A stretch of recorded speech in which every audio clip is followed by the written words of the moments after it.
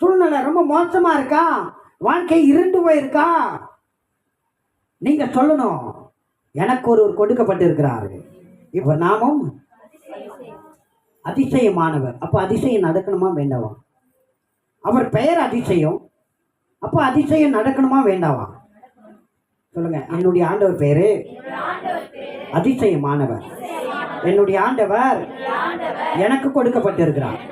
எனக்கு உதவி செய்ய, என்னை தாங்க, என்னை ஏந்த, என்னை சுமக்க, எனக்காக செயல்பட, எனக்காக பேச, எனக்காக யுத்தம் பண்ண, என்னை உயர்த்த, என்னை கனப்படுத்த, என்னை மேன்மைப்படுத்த எனக்காக ஒருவர் கொடுக்கப்பட்டிருக்கிறார். அவர் நாமம் அதிசயமானவர். அதிசயம் நடக்கும், அற்புதம் நடக்கும், ஆச்சரியங்களின் வாழ்க்கையில நடக்கும். நான் காண்பேன், சுதந்தரிப்பேன். அல்லேலூயா.